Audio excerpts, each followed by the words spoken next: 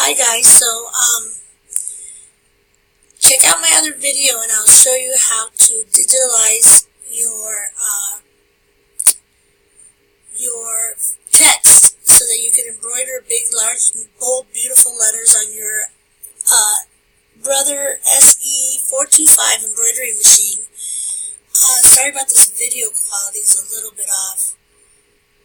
But this is just an example of some beautiful embroidered letters, bold letters, that you don't get on they don't come with the embroidery machine, so we're going to be using a Show Art program and the PowerPoint program to achieve this. Yeah, again, sorry about the quality of this video. Watch my next video and I'll explain how to digitalize your text files in order to embroider them on your Brother SE425 embroidery machine. Thanks for watching, guys.